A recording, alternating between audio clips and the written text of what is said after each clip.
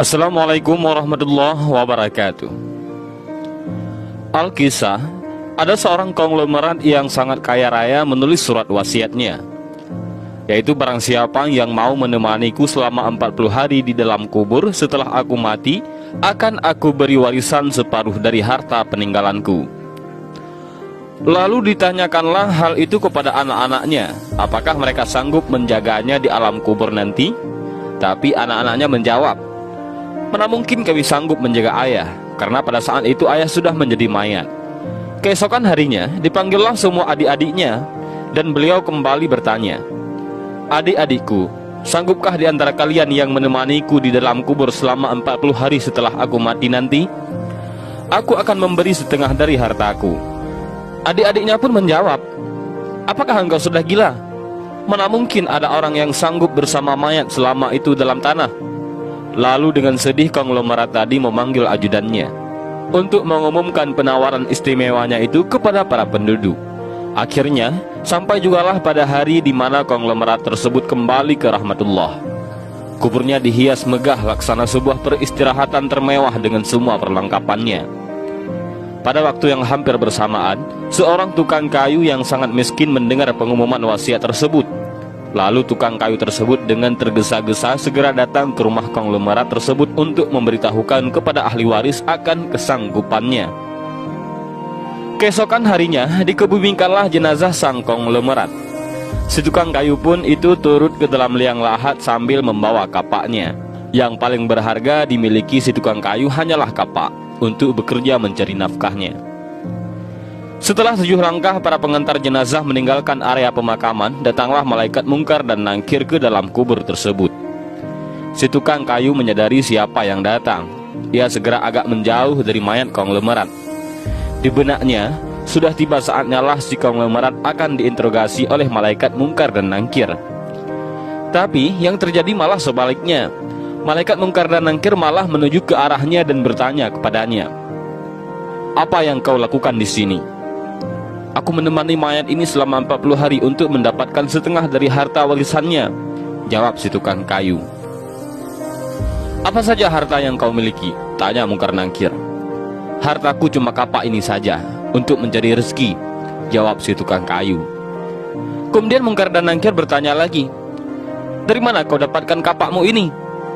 Aku membelinya, balas si tukang kayu.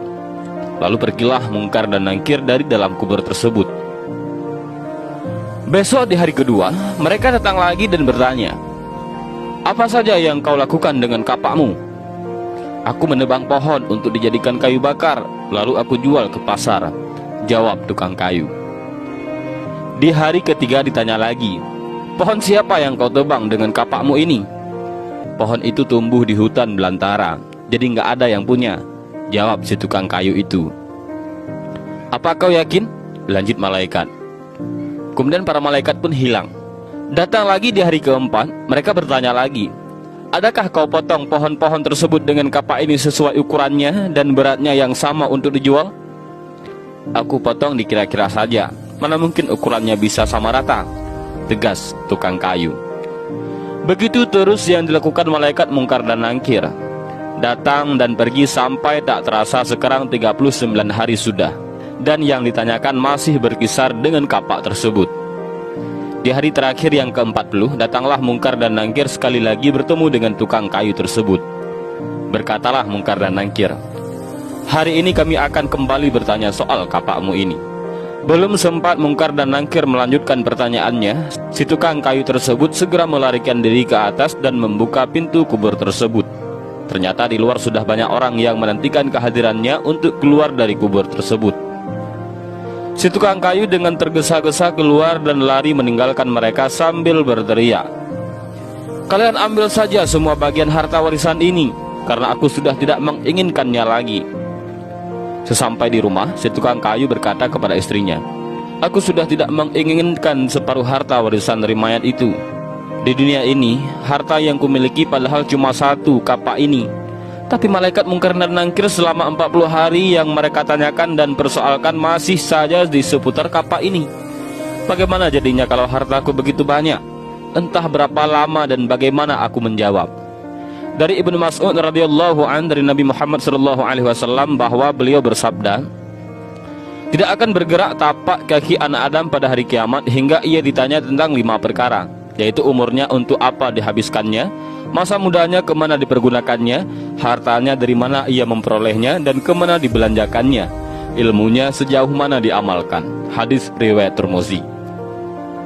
Dan inilah sedikit kisah tentang seseorang kaya yang meninggal dunia dan ia ingin ada orang yang menemaninya selama 40 hari di dalam kubur dengan imbalan separuh hartanya. Namun orang yang berhasil melakukan tugas tersebut malah tidak menginginkan harta si orang kaya itu. Dan mudah-mudahan kisah singkat ini bermanfaat bagi kita